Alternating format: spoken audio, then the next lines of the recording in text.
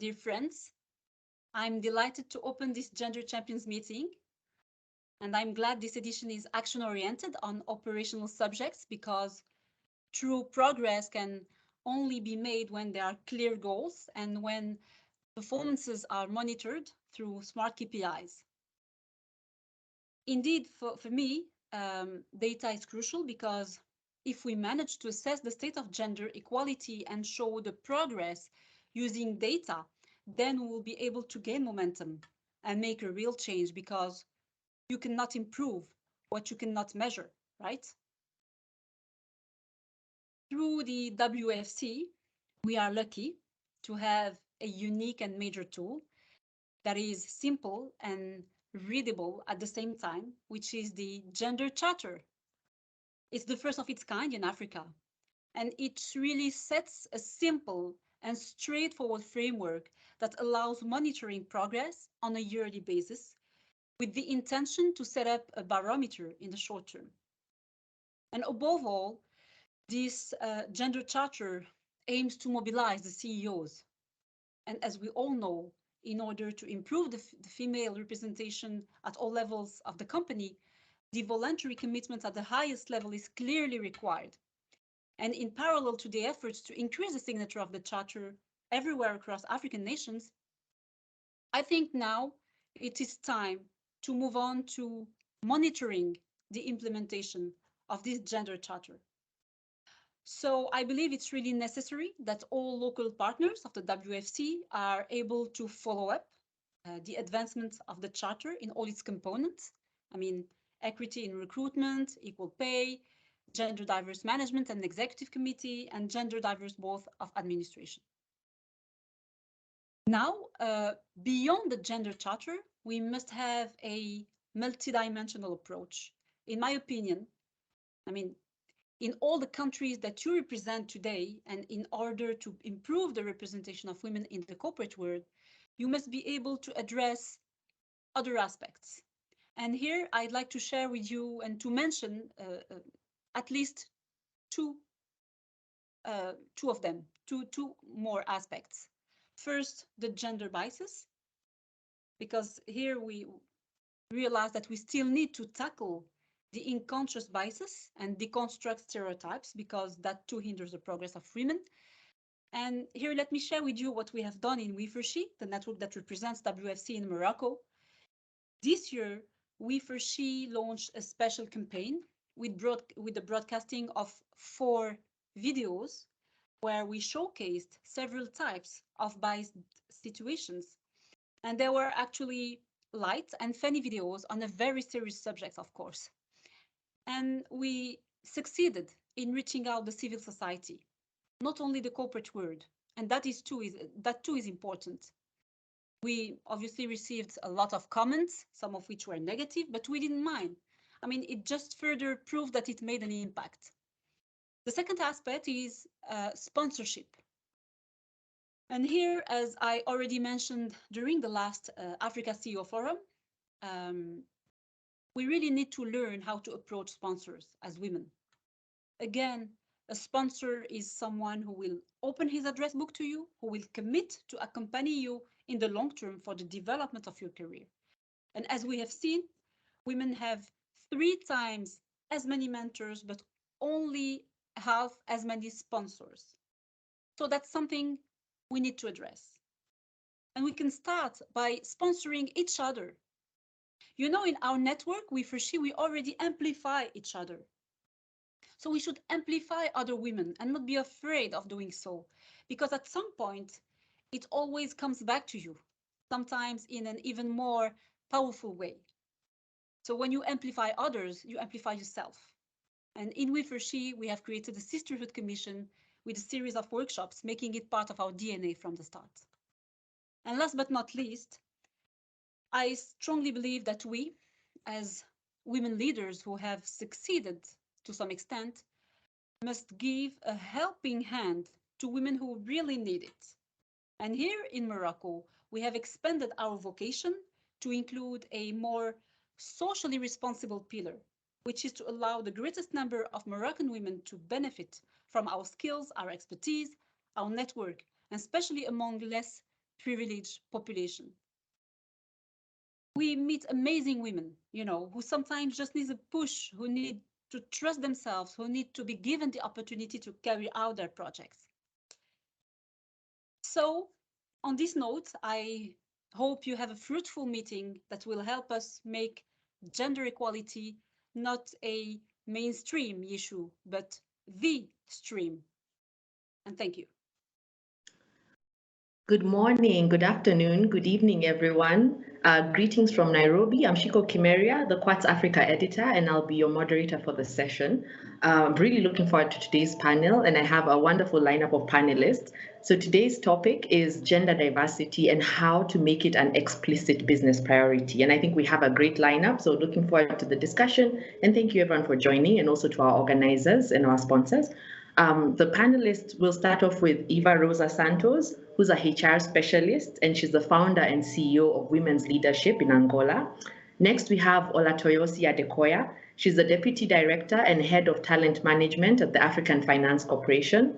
Then we have Chimdi Onwudiegu, who's the Associate Partner and Country Director at Dalberg Advisors in Nigeria.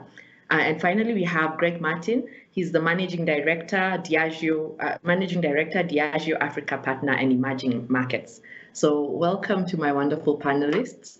And we'll jump straight into the first question. How do we make gender diversity an explicit business priority? So why is it something that's important? And how do we get past just having it as a checkbox? Why should we, how do we make it an explicit priority? And so to start us off, I'll hand over to Eva.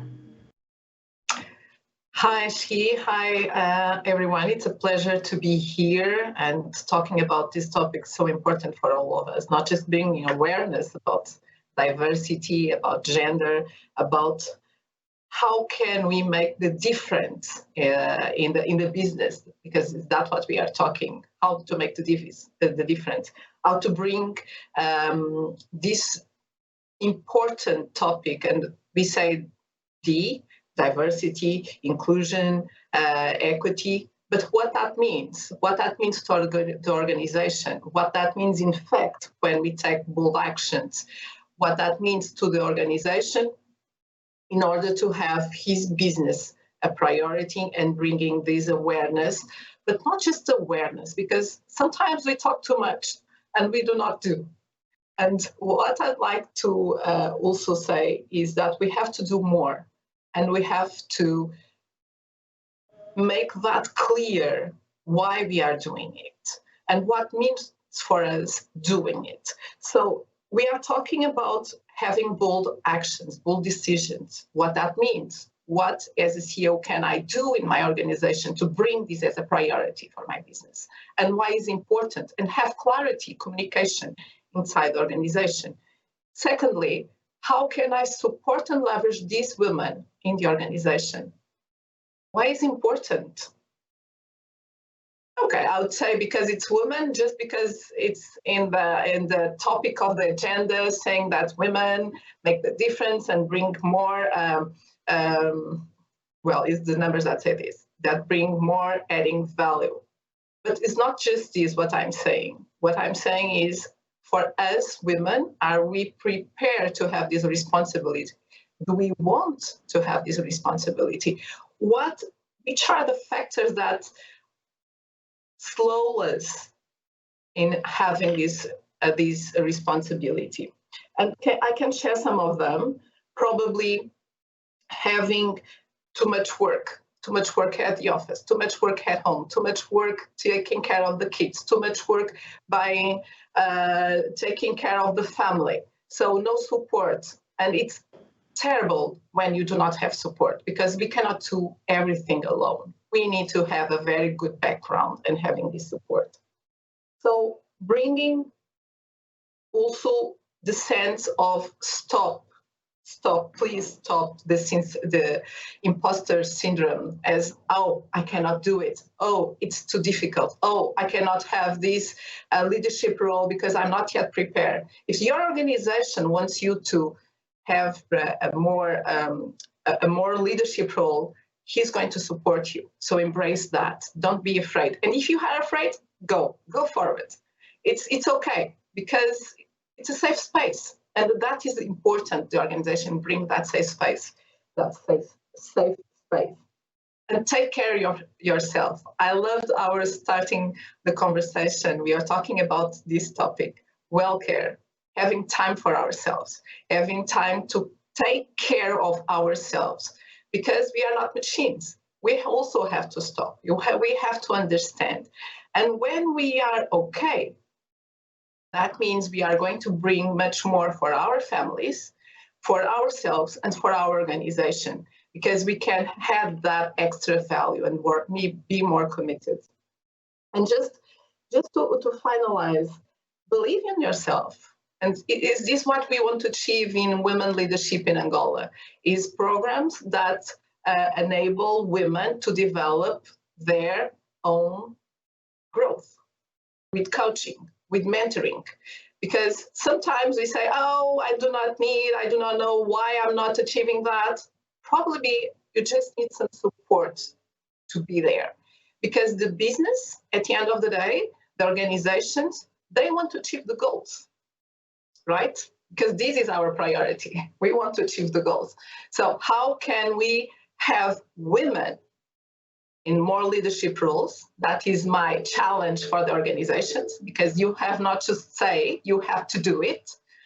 And how we women want to be on those roles. So these will be my comments for starting.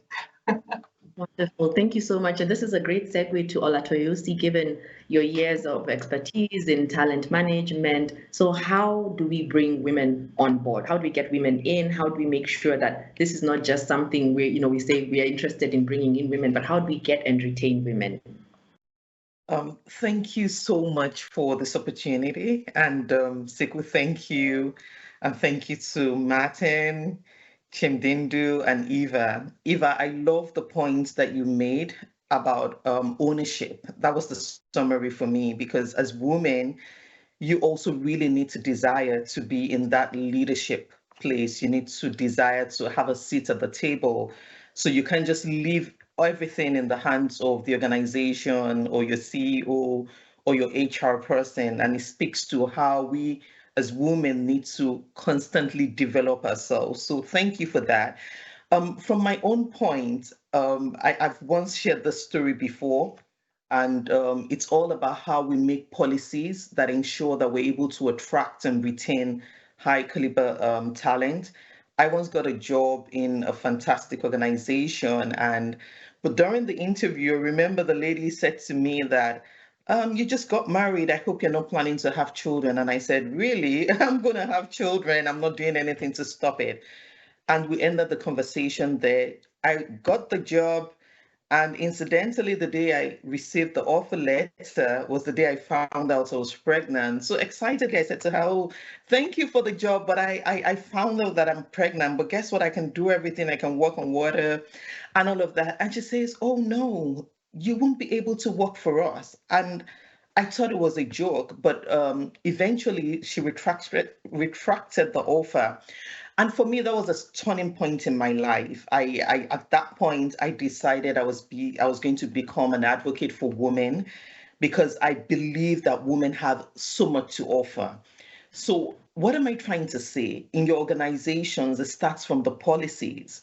We have a lot of policies that are not even written, that employees use in just propagating unconscious bias against women. So you have on written policies like, oh, if you're pregnant, you can work for us, or if you're pregnant, you don't get confirmed until a certain time. Going through the employee life cycle, you need to look at how you recruit. So for example, when you go to the market, you need to have a goal. When you want to bake a cake, you get all the ingredients together. You don't start going to the market looking for eggs, then you start mixing the sugar and butter, then you go back to the market. So the leadership of the organization in conjunction with HR need to ask ourselves, how do we want the organization to look like? So when you're going to the market, we actually do give a target to say, when you're sending in your short list, we want to see 50-50. For some roles, it will be difficult, but we always put it out there, and to a very large extent, that has helped. The second thing is when you promote people, you need to be able to step back and ask yourselves, what percentage of the recently promoted people are women? What percentage are men? Why do we have a discrepancy or an imbalance? And you should be able to address that. The third thing is the kind of opportunities that you give. So secondments, learning and development opportunities. You always need to step back and ask yourselves, are we giving the both genders actually equal opportunity? Because you could get into a case of reverse discrimination where you're like, oh, we need to promote the women, but then again, you're hurting the men. So it's looking at both sides from the diversity, equity, and inclusion perspective, and making sure that you put a balance across all the segments. If a part of what we do is, even when we're constituting, like, the most minute of committees, like, a party, we always make sure that there's a gender balance. So it's those kind of things where it's a philosophy across the organization, and that philosophy is actively promoted, and the leadership team always task the HR function, task the line managers, and task themselves to make sure that there's gender diversity across, from the entry-level employee to the board. Thank you.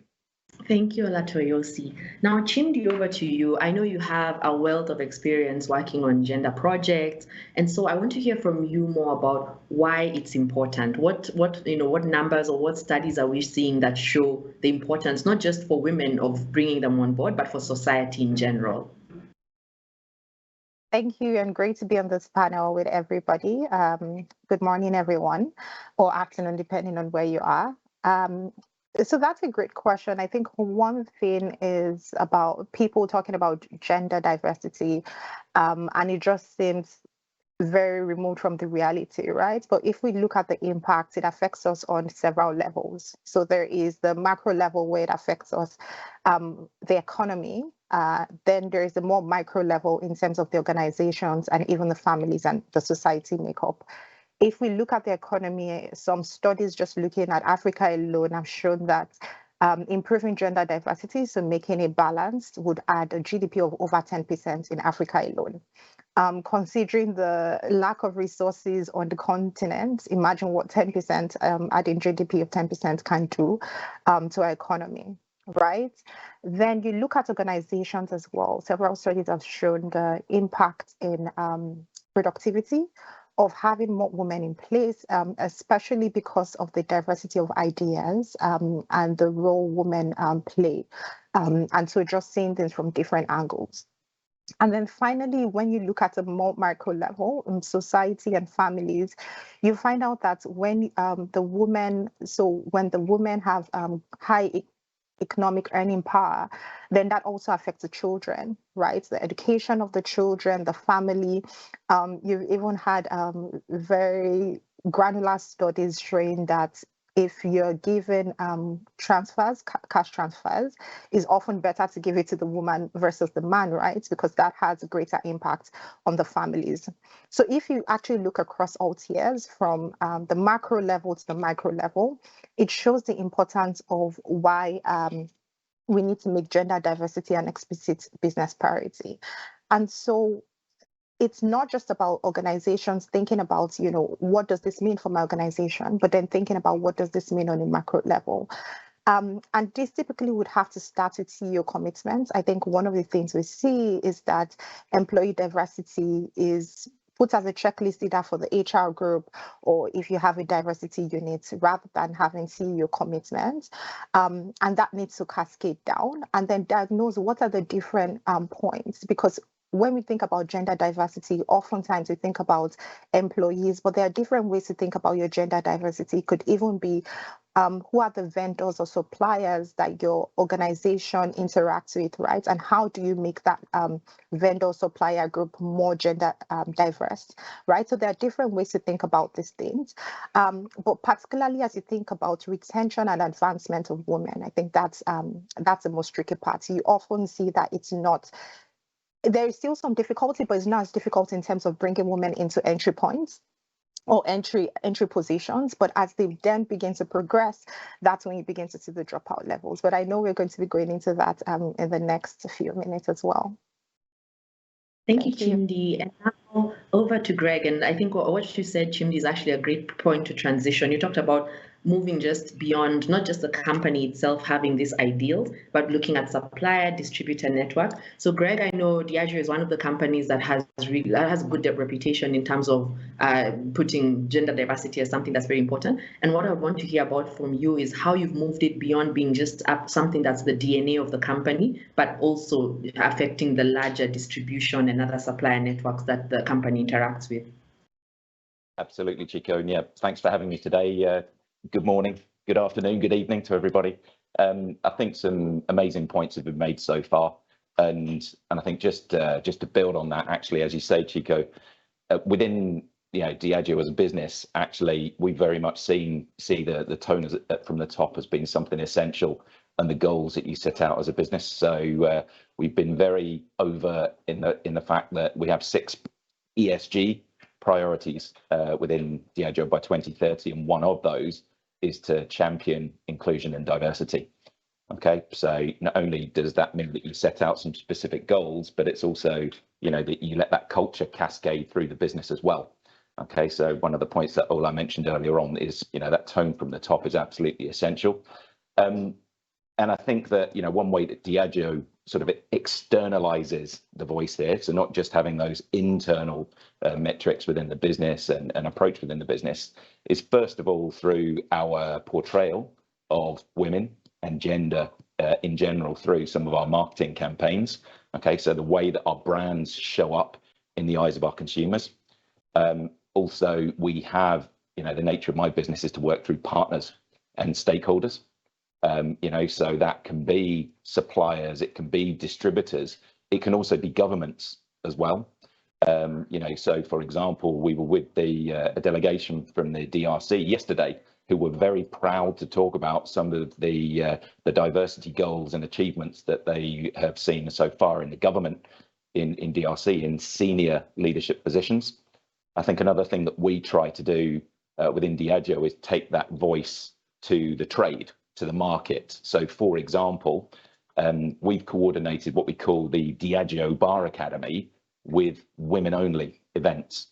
Okay, so what that has promoted is this sort of positive representation of women in the hospitality industry across Africa, because in some countries there's a bit of a stigma attached to it, and what we've tried to do is lift some of those barriers, both in terms of working with our trade partners and amplifying this voice with governments in the 31 markets where we operate. So I think, that's just one example of the many things that we're doing in Agir to kind of externalize that voice. Yeah, perfect. Thank you. I know we touched on this a bit, but now we'll move to the second question, which is, to what extent has your organization made, gender diversity a formal business priority? So here we're getting to the nitty-gritty, the exact details, the steps, so that everyone who's listening, whether you're in a similar role with a different company or you're in leadership, whichever role you're in HR, you can have some concrete ideas of things that we've implemented. So starting with Eva, I'll hand over to you to tell us about the Women's Leadership Angola. CEO Women's Leadership Angola, and how you've focused on gender diversity. Thank you. Thank you, Siko. So diversity, gender, it's not a problem that we raised, right? We just found it. So that is the first awareness that we have to do. We have to understand why we are doing this. And we are doing this because the numbers still show that women and men, especially when we look to the numbers of C level and C-suite, they are very low for women. So we still have a very high road to do and to establish here a more equity for these roles.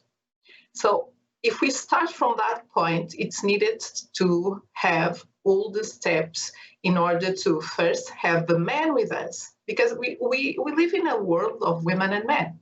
We do not live in a world where we just have women or we just have men. We are both here. We have to deal with our husbands, with our fathers, with the kids, with our bosses, with our colleagues. So men and women. If we start thinking, and this is my goal, starting thinking of a leadership without gender and thinking of how we make the good steps to arrive to that. So that means we still have to climb that or do that road in order to have more women at the same level as men. But at the same time, we have to break the bias of thinking just of women and men. So let us think together. Let us put things on hold. So by saying that, women leadership in Angola has started with some, how do we say, the word in English it suddenly disappeared, but we have started having these conversations and we brought men for the conversations. Sharing a topic, entrepreneurship. Okay, let us talk. Let us listen, men and women. It's the topic we want to raise awareness, not the fact just having women there. So this is one of our goals. The second goal is also to bring and to reinforce, as I said, development of women, growing women on leadership roles. How we can do that, how we can support and leverage women in order to achieve that. Because if we do not do that, we will never achieve this parity, this equity, these no gender but leadership. Okay, so that is one of our main focus. But we have to bring men to the agenda. We have to bring women that really want to be empowered, that really want to assume, as I have shared before. That is important. But I leave also here another challenge for who is listening to us. That is, what is your organization and what are you in fact doing to achieve this? So I know that the word quotas, I do not like them because they seem, because it's a minority, we have to have women here, or we have to have other inclusion in the organization, but probably we have to have it because that will allow us to have KPIs to measure the reality. So how far you are willing to have that? How far are you willing to have 50-50? How far? Because I was looking to a study and just giving, there have been several studies that have been showing up with the numbers and of women related to leadership roles. And once again, we are in 2022 and the numbers still bad, very bad.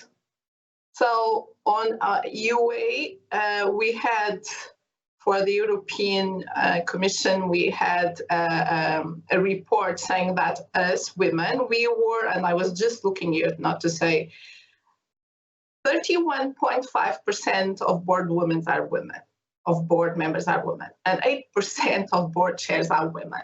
8%. So if you want to achieve the fifth goal of ODS, that means equity of gender, that is 50%. We are so far, so far. So please, please put together actions in order to change that. But once again, that will be only valuable and will only result if on the top management you wish to change. Otherwise, it will keep the same. Thank you. Thank you. Thank you. And Olatoyosi, that's a good place for us to now move into what are some of these systems and processes that you've seen working quite well to increase gender diversity. And we can focus on it at Africa Finance Corporation, but also maybe also KPMG or other places where you've worked long enough to see what's working. Thank you. So I think that, sometimes we can stay hung up on, oh, we have these policies on gender, we have these policies on inclusion, but it's good on paper, but without practicing it, we would never move forward. Now, we're talking within the African context, and one of the things that I know Africa is big on is communities. Right. In the old days, you will see older women, pulling up younger women who are just getting married and then just mentoring them. And I think that that is one of the most powerful tools I've seen in all the organizations that I've worked.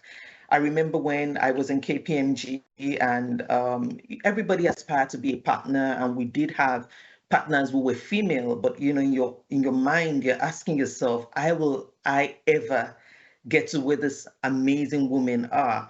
But one fantastic thing that they did beyond the policies and all that was each one of those women made it a point of duty to pull up other women. So I remember immediately I got married. As I got into the office, one of the senior managers handed me a book, and I was like, oh my God, that's amazing. And you have conversations and they tell you about how to create a support system, how to make sure that you have the most reliable cook, the most reliable driver, and how you need to have 2 housemates. Just practical tips that helps you know that it is possible to be a leader as a woman. And the second thing I will talk about is, diversity. You can bring all the women in, but I love the analogy that says that inclusion, so diversity is you invite someone to a party, but inclusion is you actually ask them to dance.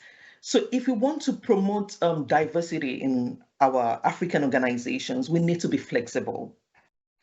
When people have peculiar situations, and again, not just for women, we need to move away from that rigid mindset of it has to be this way to accommodating people's unique circumstances and finding a way for them to just work it out. And all the organizations I've worked in have been so supportive, and it's also inspired my, reason for staying as long as I've stayed in certain organizations. Like I said to you, I'm working in Lagos, but I live in the United States. I mean, that is flexibility at its highest. And I think the last thing will be also voluntary tracking and reporting of our diversity metrics. If you look at organizations in the United States where they're also inching towards achieving gender parity, I know that the SEC has actually mandated or encouraged voluntary reporting. So I think that as African organizations, we need to get to that point where we're making voluntary reporting and saying, as part of our annual reports, this is our gender index. These are the metrics we're working on, and these are the actions that we're taking to ensure that we're able to have gender parity. Thank you. Thank you, Olatunji and Chimdi. So having, studied and understood the importance of this gender diversity, what are some of those actions that Dalberg is taking to increase it even for its own, for the clients, for the, for the consultants? Mm-hmm. I'll start from internally and then also speak about externally. I think for us, it's been first trying to understand where the pain points are. I think within the organization, we realized that it was more around retention and advancement.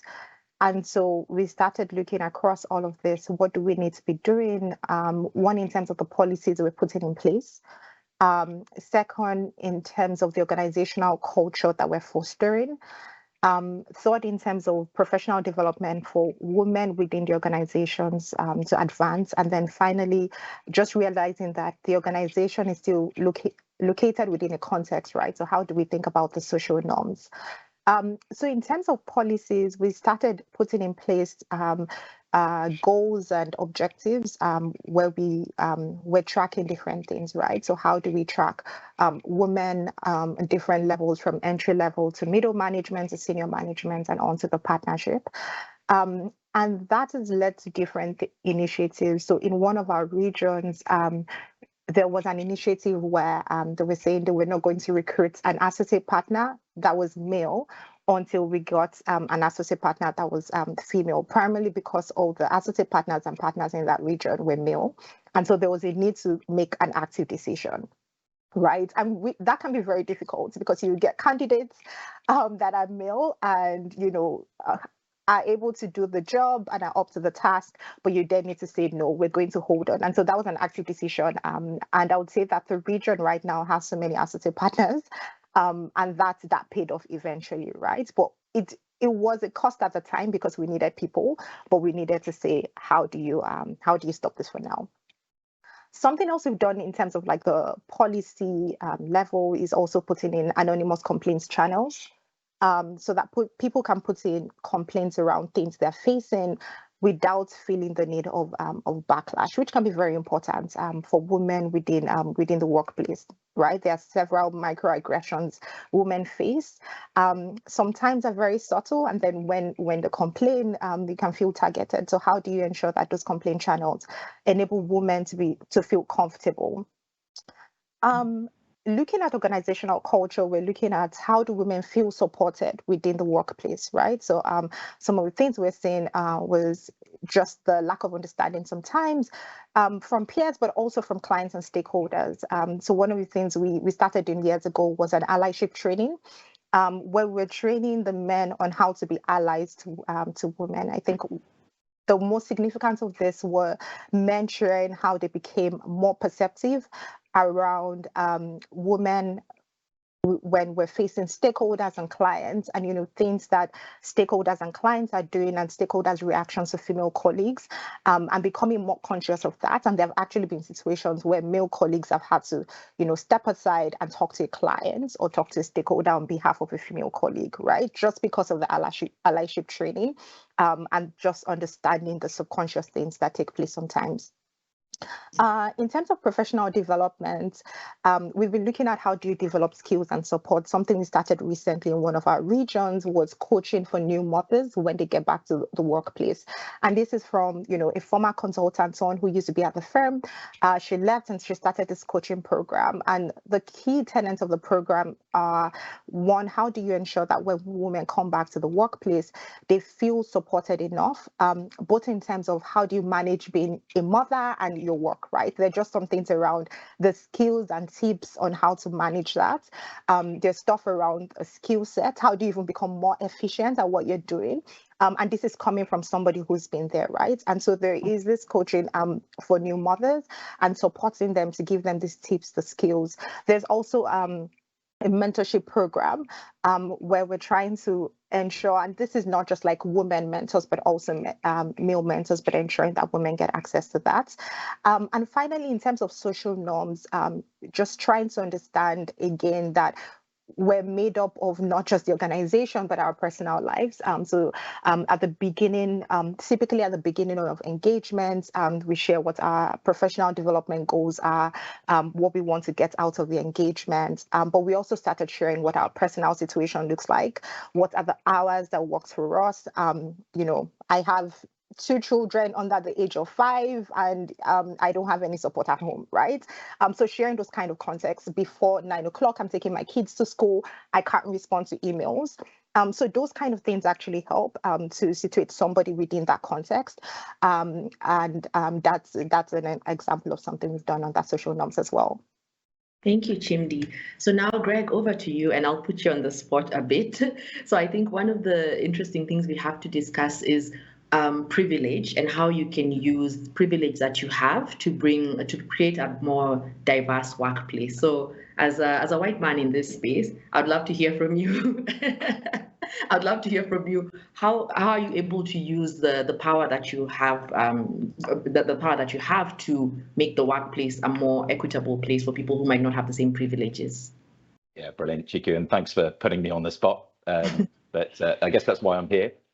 No, but Ola, Eva, and Chimdi have all referred to this theme of mentoring and allyship. And as you say, I do recognise that I have that privilege. As a white, middle-aged, heterosexual guy with 2.4 children, I recognize that actually my voice can be quite powerful here, because perhaps it's my type that have even acted as the barrier up to now. So I do recognize that it's for me to sort of clear the path in a certain way. And I think that, for me, this is quite personal as well, so from a professional point of view, I work with some really talented women in my team. I always talk to them about believing in themselves, not creating their own barriers, and that actually, just bring themselves to work, because that really is good enough. And that will carry them through to whatever they want to do. And so there are various people, women within the company that, I act as a direct coach and mentor to, as well as what we call reverse mentoring. Okay, so in other words, it's not just you as the senior person coaching them, it works the other way as well, because how do they make you a better ally? Okay, so we sponsor a lot of those causes within the business. So professionally, for example, I sponsor, I make budget available as well for various networks that we have. Eva's aware of one of them, which is our Spirited Women Network. So just a plug for that. So like I say, that's on a professional level. But I think also, and this is why I say, I take this personally as well. I have a lovely, amazing 16-year-old daughter. And I always say to her, what do you want to do? Who do you want to be? And I don't feel like I can have kind of credibility in that conversation if I'm not clearing the path somehow and showing a good example. So yeah, like I say, there's a professional and a personal dimension to it for me. I'm on that journey. I need some help along the way as well, because I do want to be a better ally in this space, and and I just hope that there's more people who have my privilege that will use it to good effect. Thank you. And I'm sure everyone is curious about the 2.4 children, so I'll follow up with that later. But in the 10 minutes that we have remaining, I just want to hear from everyone. So are there particular African companies that you feel are defining the future of gender equality in the workplace? Or even if you can't point to a full company, but you can point to certain initiatives that different companies are doing, I think that will leave the listeners with some concrete steps moving forward. So we'll start with Eva.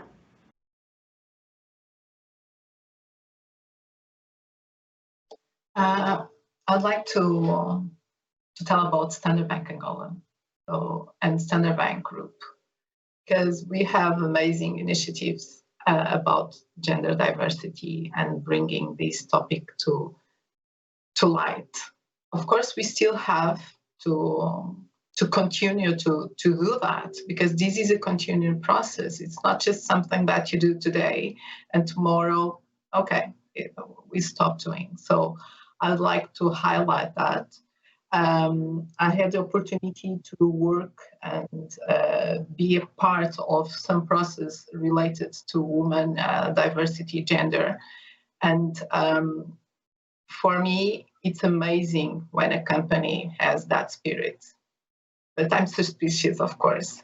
It's amazing when you have that ability to bring that, not just awareness, but having effective steps. And Agir, of course, it's here with us, with Greg, but there are other examples, but let me just raise these two, because what I see is when you are will to do, even when it is difficult, and it is a delicate and sometimes very difficult process to put in place this. It's not easy. We say this with a laugh and because we really enjoy the process and we really believe on the process, but sometimes it's very painful and it's very difficult to put it together because you have a framework that is different. And we are saying to people, let's change. Let's do things in a different way. So, and it's not easy. And sometimes it's not easy because women and men are not yet prepared. And we have to prepare them for that movement, for that change. So it's intense on that sense. It's important to have the necessary credibility in order to achieve the goals from the companies. And but it's amazing when you have results and when you see the numbers and when you see the actions. So for me, let me say Standard Bank, especially Standard Bank Angola, we still have a lot to do, but Standard Bank Group, of course, I should have shown here. Thank you. Perfect. Thank you, Eva. Over to you, Olatoyosi. Thank you. So because my organization, Africa Finance Corporation, we're relatively young, we're still growing, I would have used us as an example, but in this context, an organization that stands out for me is the Africa Development Bank, the ADB. They've actually gone out of themselves. So beyond having their targets for gender parity in-house, they actually have initiatives that they launch for women. And examples of them, they have like a future work playbook for women entrepreneurs. Then as they do their projects, they make sure that there's women representation. They make sure that, so for example, if they're going to build a mine or they're going to finance a particular project, they make sure that there are indices that ensures that women benefit from that financing. Women are employed, women are given the opportunity to lead some of those projects. So when I look at that, it's an example of how African organizations can use their weight and their size to force policy changes, to advocate for women parity, for gender parity, and to also empower, because for ADB, it's not just the policy, they also get involved at the grassroots. So for me, they're a perfect benchmark if we were to go on in the future for my organization. Thank you. Over to you, Chimdi. I mean, I mentioned my organization and some of the initiatives, so I'm going to skip. That. I think one of the organizations that stand out in Africa is Lafarge, particularly because it's primarily in the more technical field of engineering in quotes and STEM, where women are not as represented. But they've done several things. I think from the entry level, there is the aspect of how they ensure that women, about 40% of the interview candidates on the shortlist, right? Just to ensure that pipeline is building. But then they also ensure that during the interview process, to reduce any form of discrimination or subconscious bias, the interview process also have female members, and it's not just male members within that. They are also working to provide coaching, mentoring to women. I think one thing that is really great about them as well is that they have on-site crash. So that working mothers, feel comfortable to drop their kids there and all of that. And they also have flexible working hours, which I think is very important for working mothers, right? I think beyond the just core African companies, one that stands out to me is HSBC as well, particularly because they have a public dashboard that shows female advancement and hiring across sectors and regions. And this is just like transparency to commitment.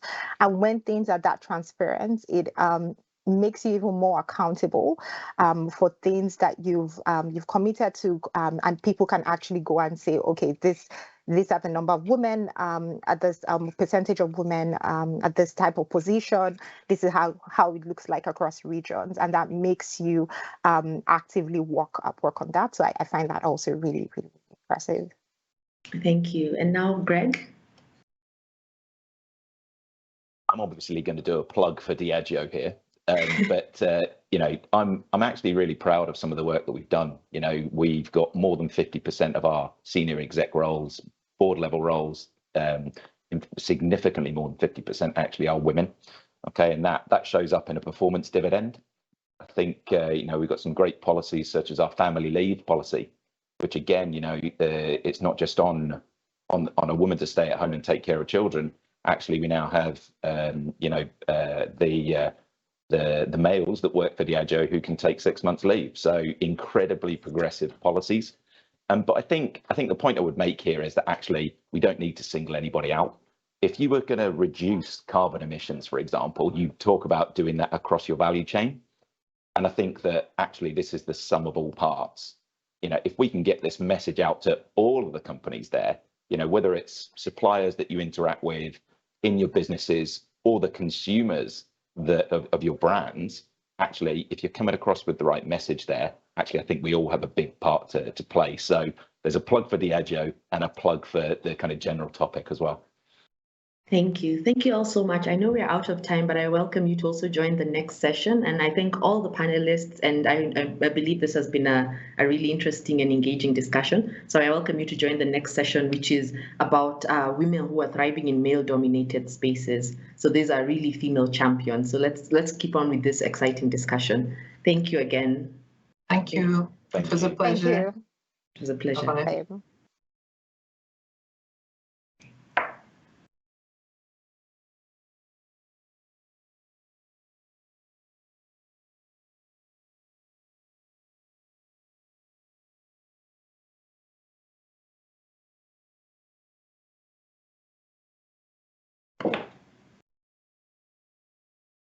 So thank you everyone for joining us.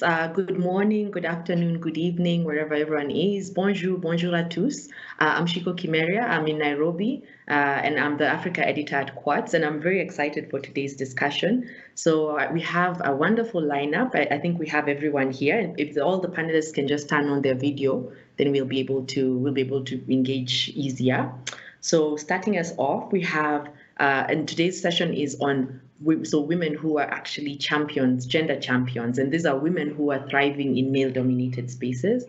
So first we have Nene Maiga. She's the CEO of Orange Botswana, but she first became a CEO at the age of 30 at Orange Mali, and she has spearheaded a lot of gender parity initiatives at Orange in the Middle East and Africa.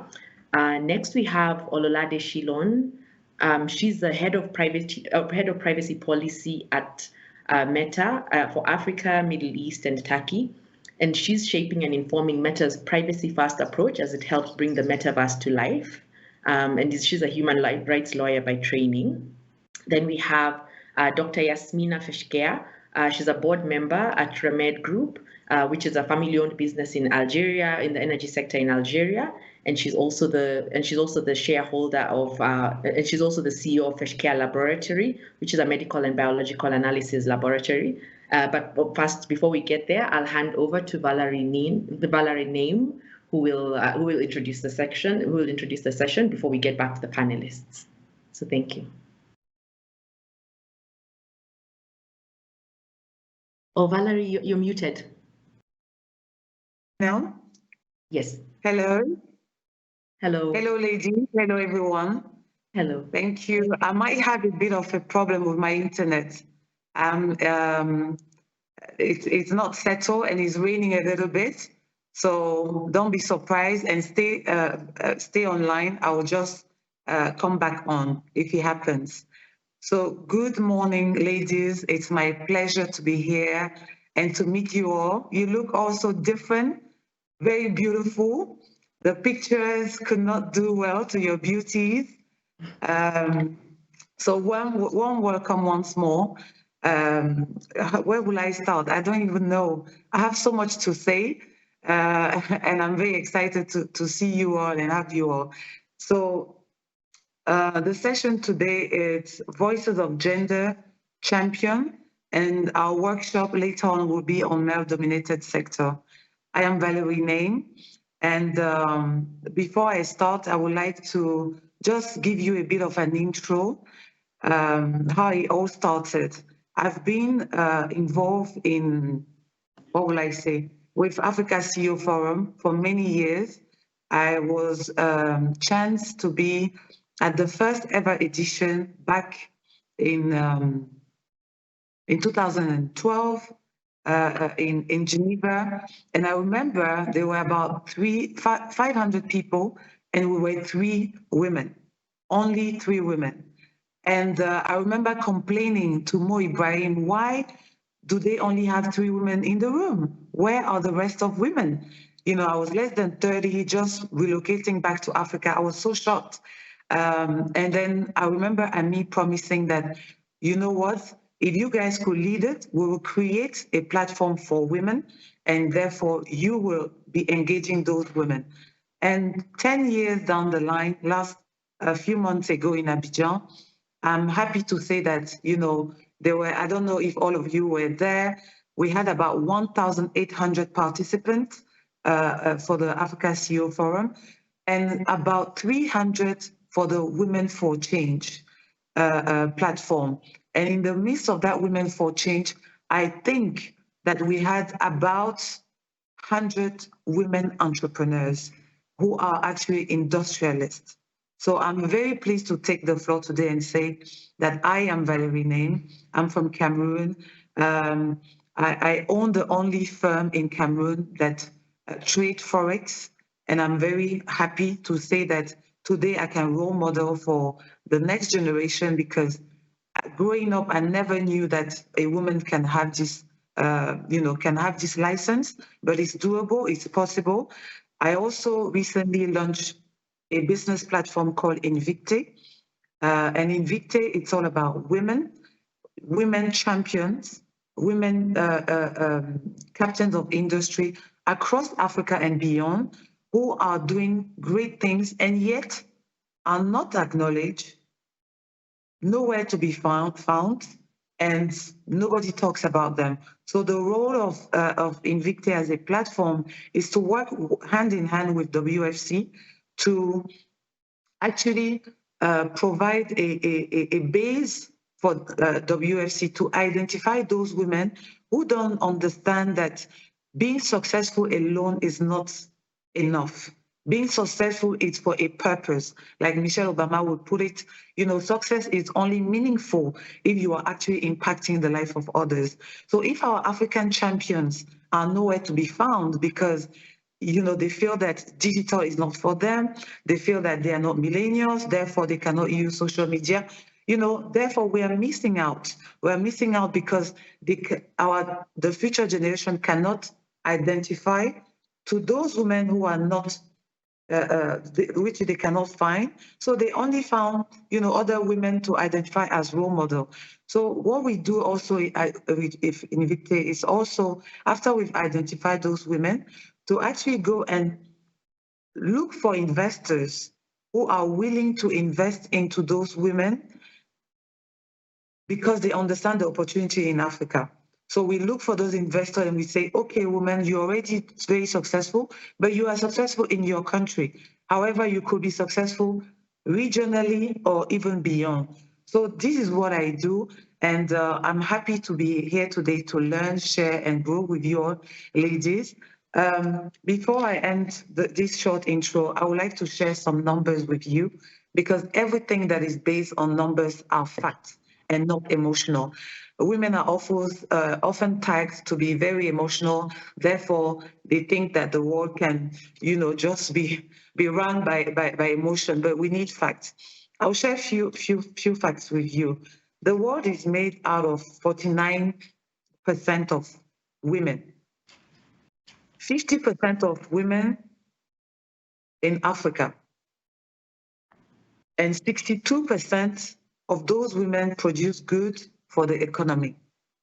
16% of those women have access to credit or to loan or to loan. Now, when it becomes very interesting is here, 3% only out of these 50% women in Africa have access to joint venture capitalists. Why? I wonder, I don't know. So this is, for me, it's a serious problem. If we want to be playing in big fields, if we want to be in male-dominated sectors, they are big sectors. They are telecoms, they are energy, they are mining, they are solar, they are power, they are agriculture, and so on and so forth. They are fintech, they are digital. but they require capital. So as we can see, 50% women in Africa, and in my country, Cameroon, we only have 3%, 1% women who have access in joint venture. It's not enough, but things are changing. Women are being identified, they are being taught what venture capital is. They understand that money is out there. They have the right to ask for loan, and they can seek, advice from other firms like ours who are there to support HNI women and individuals. So I will probably stop there. I don't know how long we have, Siku, and give the floor to the ladies. So thank you once more for taking time out of your busy schedule to be here. Thank you so much, Valerie. It's such a pleasure. And Valerie is very humble because one thing she didn't mention is that she was awarded at the Africa CEO Forum in Abidjan. She was given an award for the work that she's doing in terms of bringing more women on board. So thank you. Really celebrate you, and it's an honor to have you here. Thank you. Thank you. Wonderful. So now I'll jump straight to the panelists. So I think everyone is curious. Women in male-dominated industries, how are you surviving? How are you thriving? So this part is, let's start us off with, what's your story? We'll start with Nene.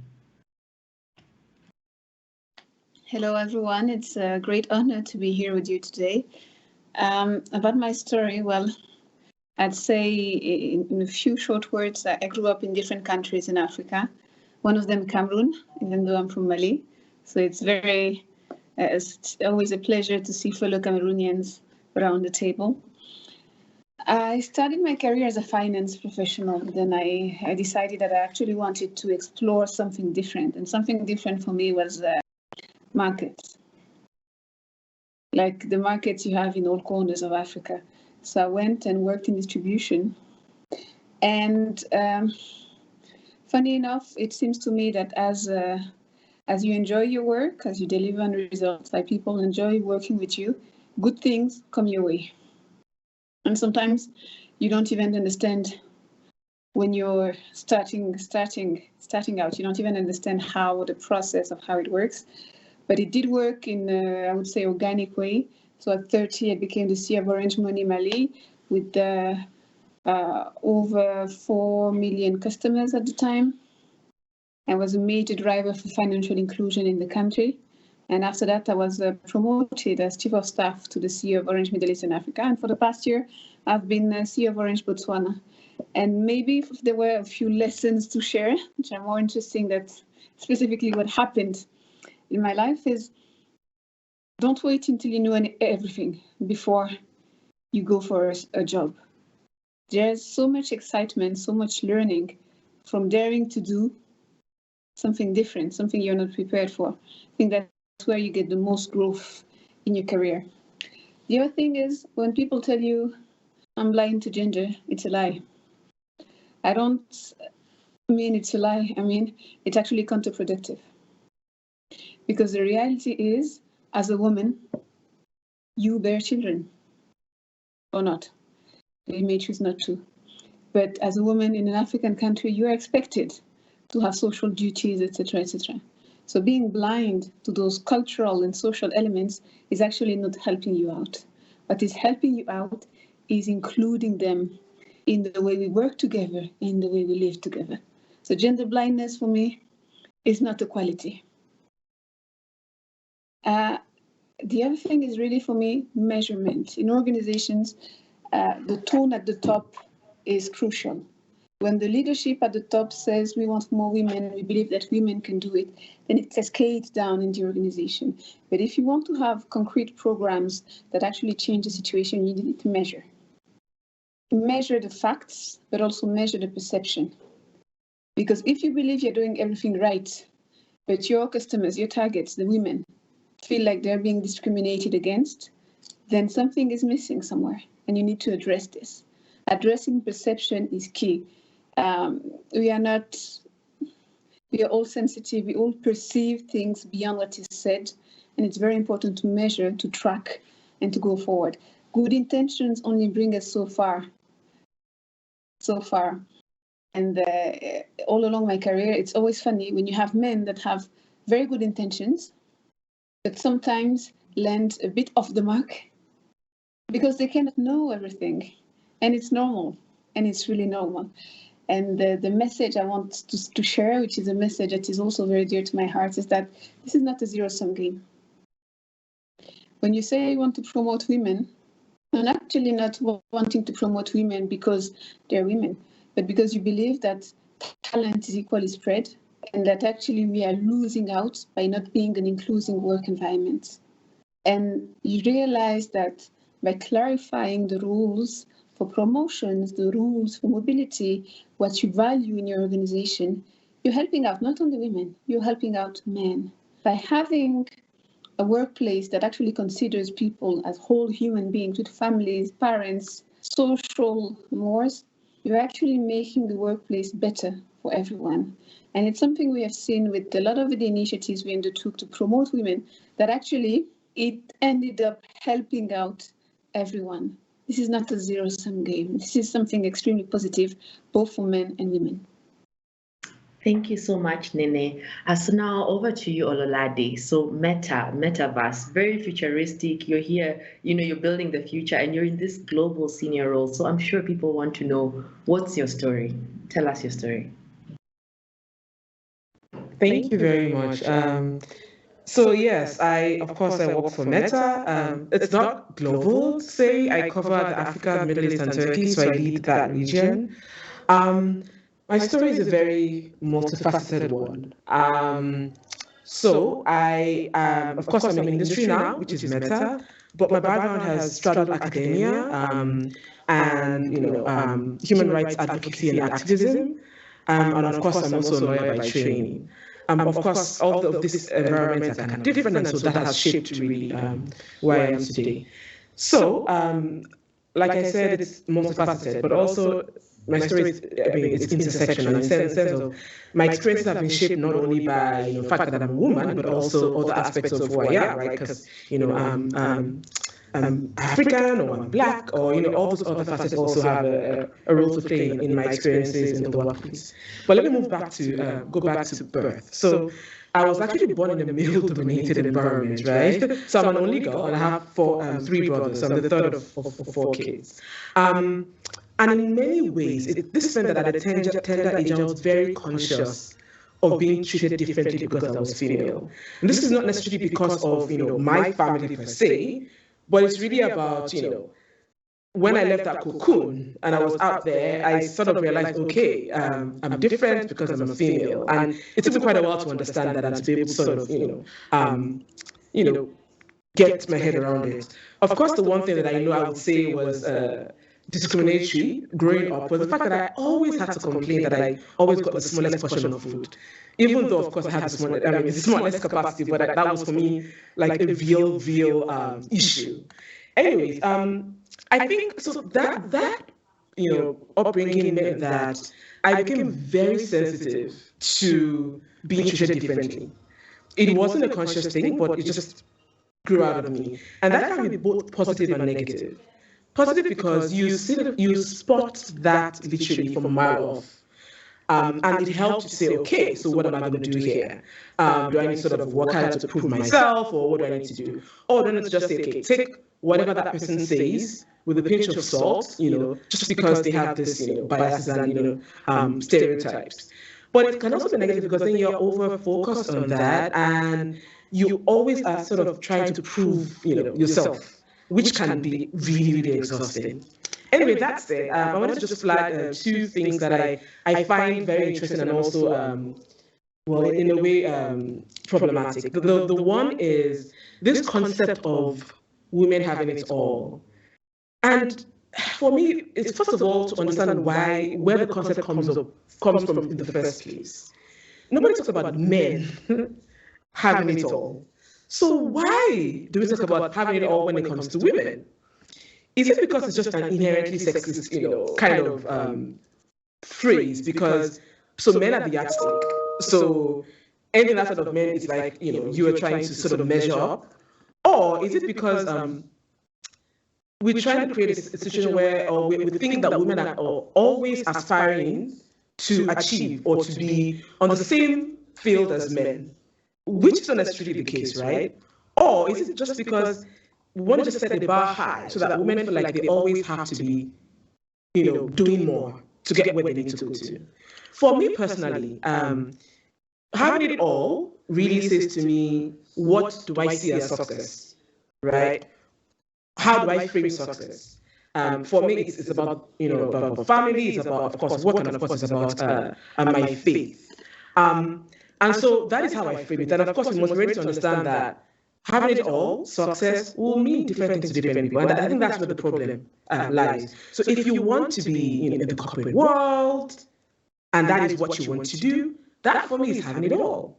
If you want to not work, and not work, because staying at home is actually working in itself, but not be in the corporate environment or whatever environment, and work in the home, that will also be having it all. So I think we need to shed this idea, or at least try to bring it in a way, or frame it in a way that actually empowers women to see that they don't always have to be aspiring to, or feel like they always have to keep on aspiring to something all the time, or competing, or wanting to be where men are. For me, that I think is something that we need to also, think closely about, and also find a way to ensure that it doesn't frame how we shape our lives and our successes.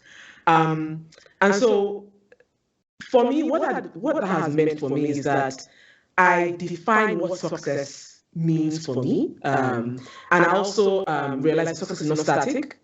At a point in my life, success will be, for example, I finished my PhD, even though it took me 5 years. That's fine.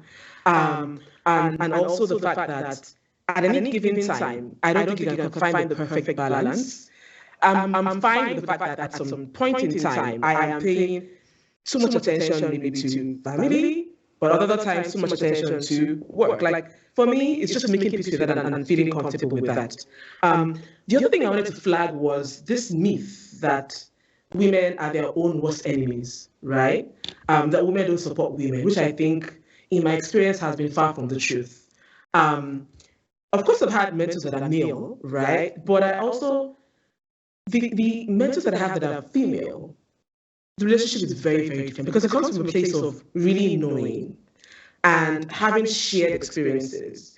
I remember one time, not too long ago, when I had a conversation with a senior leader, and it was so refreshing because as I spoke about these things, like, I could see in her eyes that she got it. And as she sort of responded to me, it was like she was saying them in a way that I could not even articulate.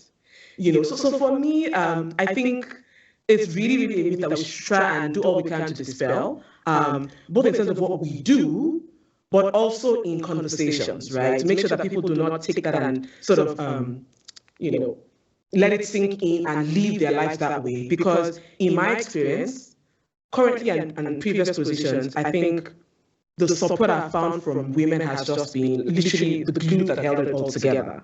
That for me is what I wanted to just flag in terms of my story, that I think I'm where I am. I know I'm where I am a lot because of the women that have supported me and keep on supporting me, in terms of my professional career, but also even in other spheres of my life, to make sure that I have a whole life and don't just focus on one aspect of my life.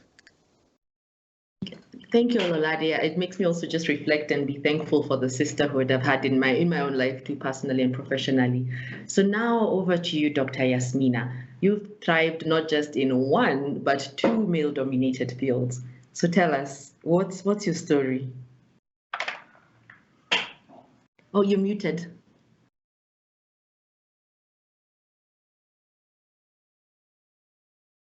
It's okay. Do you hear me? Thank you so much. Thank you, Siku. So, as you know, as you already, I'm in second generation family business in oil and gas in Algeria, in the middle of the desert. So already geographically, we are really far from the big city where we have women. So, and I'm from medical field. I'm in a board of this RedMed Group. We sell services, logistics, drilling, airlines company for the oil and gas companies. So it means it's a very, very male ecosystem. So I ended up there because even my dad was there in 1965. He set up the Algerian Institute of Oil and Gas. So I was born there and I grew up there. So at that time, we had 0 women, only 1 teacher, I think a female, and all the rest only male. So even my teenage, I was acting like a male around me. I couldn't show my femininity. It impacted my growth and so thanks God I changed all that when I had the opportunity to fly somewhere else for my study in Europe and in UK, and so it opened my mind. And I changed. I came back and I set the Feuchter Laboratory at the same time as a board member in the family business. It was 20 years ago. We were in the group 0.5% women, nothing. Today we are 7%. And from this 7%, we have some in senior position, executive. For example, Star Aviation, the head is a woman. And operating in the middle of nowhere, in the rig, in the middle of the desert. So this is just amazing. So this is for me the success. I'm so happy and so proud to see these women now around us and facing and dealing with this male, surfing with this male wave, as we say it sometimes. So it's really, really, really, we are very happy to see that. And especially we are seeing, even Algeria is encouraging, all the technical field, they are encouraging women to go on this remote area, especially when you see we are facing some beliefs. We have cultural, religious, all these social beliefs are blocking. And now, this last 10 years, the things are changing. But of course, I can say, as a woman in the board, the family mindset and the executive, all the board that changed, because I have been really, really fighting as I went through all these discriminations, and I have to climb all these to climb this mountain. For me, it was huge. So now I am kind of locomotive all for the women that we have in the group and surrounding us. And of course, for Feuchter Laboratory, we are nearly 100% women. So, in this medical field, we are really very women. But regarding RedMed, still, we are aware that we have a lot to do, but everything is going through the empathy, the trust. We know how we have this, the active listening. We know how to do and to deal. And at the end, we win. We always win. So but everything it goes, women help women. This is it. This is a really important. We have to do. This is my conclusion. Thank you.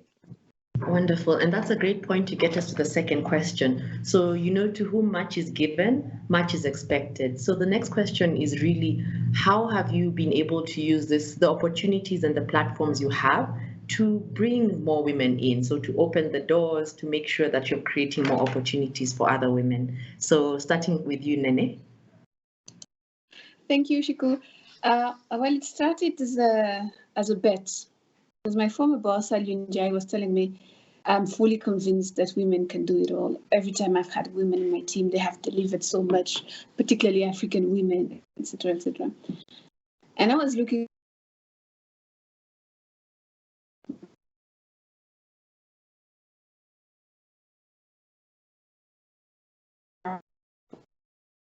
Paris. What can you?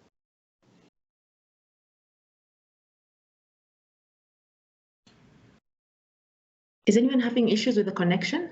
I can't hear Nene. I don't know when you lost me. Oh, Nene, sorry, we lost you. You were telling us about it started as a bet. Yes, because I was telling my former boss, Alinjai, you're always a champion of women, but if you look globally at your 18 countries that you're supervising, at the board level, at ExCom level, at CEO level, are quite a bit far from parity. So I told him, what are you going to do about this? And he just told me, what are you going to do about that? That was an exciting time. So I decided to devise with a team of extremely motivated, and it was a mixed team, a plan to make sure that we could get to gender parity at the highest level of the organization by 2025. So addressing boards, addressing ExCom, and it was a comprehensive process, measure where we are, where we start from, identify the potentials, train them, set up very clear processes. As an example, in 18 months, we went from 20% of women in our boards to 33%. Why? Because we just had a very methodological, very clear approach. What do we need in this board? What do we need for someone to be a board member?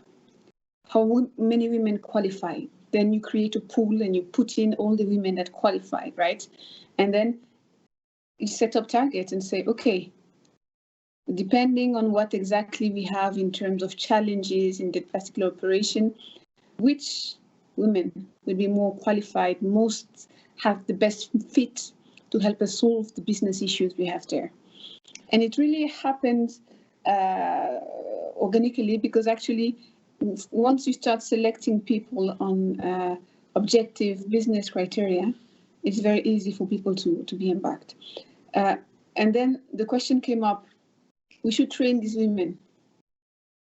And someone said, but we never trained the male board members. Why should we train the women?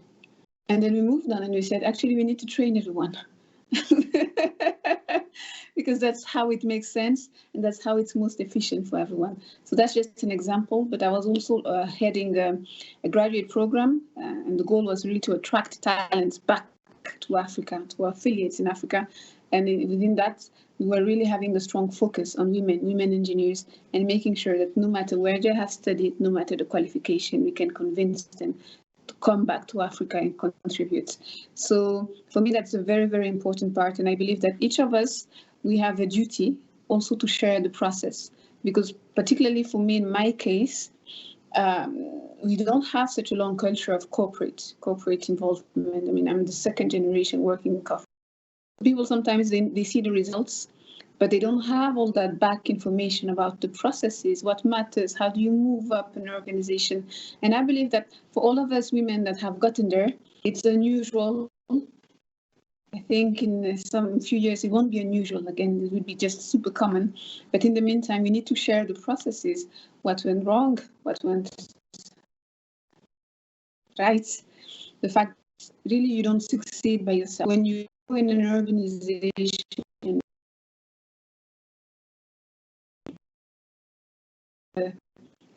that's important.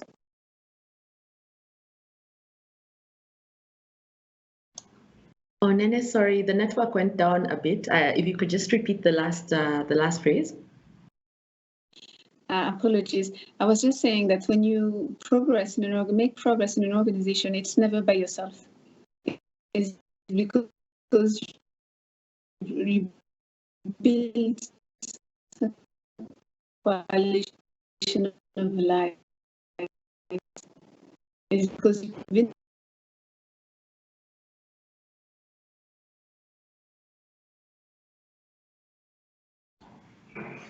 Sorry, Nene, we lost you. Again, I'm really sorry. No worries. Sometimes internet can be a challenge. Your allies help you, and building that network of allies is critical in any organization. Perfect. Thank you. Ololade, I'll hand over to you on the same question. Thank you very much. So for me, it is really doing all within my power to be the answer to every woman's prayer in the workplace, right? To provide the kind of support that I know I have needed in the past and continue to need, to turn every bad experience I've ever had to a mission to ensure that nobody else has such an experience, or at least be able to guide them through that experience. And of course, to use the very good experiences, to then, motivate and support others. This I find is something that is truly fulfilling and truly important, especially in the tech sector. I mean, without trying to scare anyone off joining tech, is often a culture shock, not just for women, but just generally speaking. If you were someone like me that came from the academia / human rights activism space, and you come into the corporate world, it is very, very different. And so, it is making sure that from the very beginning, you sort of encourage folks, share with them tips, support them, and help them literally, as we all go through, overcome the typical imposter syndrome that everybody has. But beyond that also is to really mentor people. Beyond those who reach out, sort of wanting guidance and support, there are a lot of people that you see working along, with you in probably they could even be your peers, but we all need support or mentorship one way or the other. So giving all that support is also very crucial. And for me, also the other important thing is to speak up, because being an ally sometimes is perceived as something that you do if you're of the opposite sex. So if you're a man, you're an ally for me, but I don't think this is really the case, right? And so you should be able to speak up when you see not only something is happening to a particular person, but when you see something is systematic, to sort of call it out and try and push for change internally. That, I think, generally is easier said than done. In wherever you are, whether you're in corporate or you're in academia or whatever. But it's also just being able to say, you know what, I'm not going to just pretend, since this issue doesn't affect me personally now, then it's okay. It could be me tomorrow, or it could be someone else tomorrow. So can I just lend my voice and speak out about something and make sure that whatever action is there to be taken is taken for the betterment of women, but of course of the entire organization. Yeah, so that for me has been the way I actually try and lend my voice to ensuring that everything works well for women internally. And as I said before, for example, having groups of people who you can engage with for them to sort of support each other, I think is very important. So for example, I'm extremely introverted, but I have a lot of colleagues, peers, also leaders, who we sort of have we call ourselves like a squad, where we literally support each other. It could be as simple as knowing that I'm introverted and I need to sort of self-promote more, but I will never do that without being pushed. I'm literally pushed, and it's not even, I'm not going to go into details of how I'm pushed, but I'm literally pushed self-promote. And I mean, I can say each time I come back with like, oh wow, thanks so much guys for making me do that, because now I see why I should have, or what would have happened if I did not do that. So I think that's part of, supporting. So whether it's peers, but also even folks that you see that are, probably, in junior roles, and you see that they are struggling one way or the other, it's time to just call them and support them without them asking for that support as well. Thank you, Lolade. Over to you, Dr. Yasmina. Yeah. So I think I already answered the part of the question, but I will definitely, I agree with both of them. Definitely, we have to internally to be clear on the subject, to have a leader, someone, it's a matter of leadership, someone, to define, to find out who is able to promote these people, to train them, to pull them to, it's a kind of mentoring, and to encourage them. It's internal. It will go through an ecosystem that you put inside the organization. And so definitely, in some field, it's really not easy.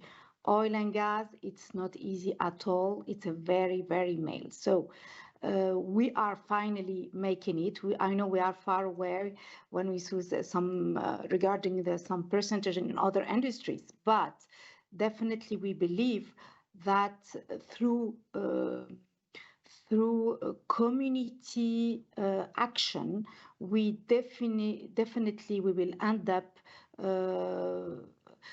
having our target is our numbers to see more female in a senior position and as a leadership women, and they will be as well example for other the next generation and the coming, and it will grow. So I think the main thing is to start and to act. This is the most important for me, and the leader in the organization, the most important is the top management is aware and is encouraging that.